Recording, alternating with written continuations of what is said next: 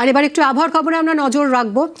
মৌসুম ভবন গত সপ্তাহে পূর্বাভাস দিয়েছিল যে পূর্ব ভারত জুড়ে ঝেঁপে বৃষ্টি হবে, সেরকমই প্রাথমিক ইঙ্গিত ছিল, কিন্তু দেখা যাচ্ছে যে নিম্নচাপ বিমুখ, ফলে পূর্ব ভারত এবং উত্তরবঙ্গে বৃষ্টি হলেও দক্ষিণবঙ্গে কিন্তু আর বৃষ্টি সেভাবে হবে না।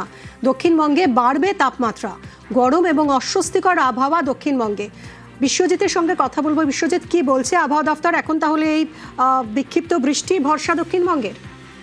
একদমই, অর্থাৎ থান্ডারস্টর্মের সময় চলছে। এই সময় যে কোনো সময়ে যে কোনো স্থানেই বজ্রগর্ভ মেঘ থেকে স্থানীয়ভাবে স্বল্প সময়ের জন্য বজ্রবিদ্যুৎ সহ বৃষ্টি হতে পারে, তার সঙ্গে হালকা জোরে হাওয়া। তবে এই সম্ভাবনাটা কমবে আগামী 4-5 দিনে। অন্তত দক্ষিণবঙ্গের ক্ষেত্রে আবহাওয়ার যে পূর্বাভাস রয়েছে তাতে তাপমাত্রা বাড়বে। পশ্চিমের জেলাগুলিতে অবশ্যই 2 থেকে 4 ডিগ্রি সেলসিয়াস তাপমাত্রা বাড়তে পারে।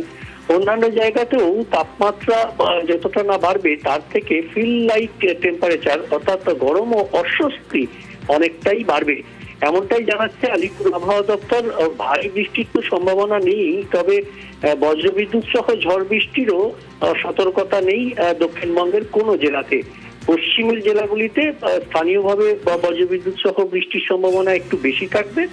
তবে কলকাতা সহ দক্ষিণবঙ্গের যে কোনো জায়গাতেই এই সময় থান্ডারস্টর্ম এরা চলছে, অর্থাৎ এই সময়ে থান্ডারস্টর্মের প্রভাব একদমই সেই সম্ভাবনা কম এখন ঝড় বৃষ্টির। বিক্ষিপ্তভাবে ঝড় বৃষ্টি হতে পারে দক্ষিণবঙ্গের কয়েকটি জেলায়।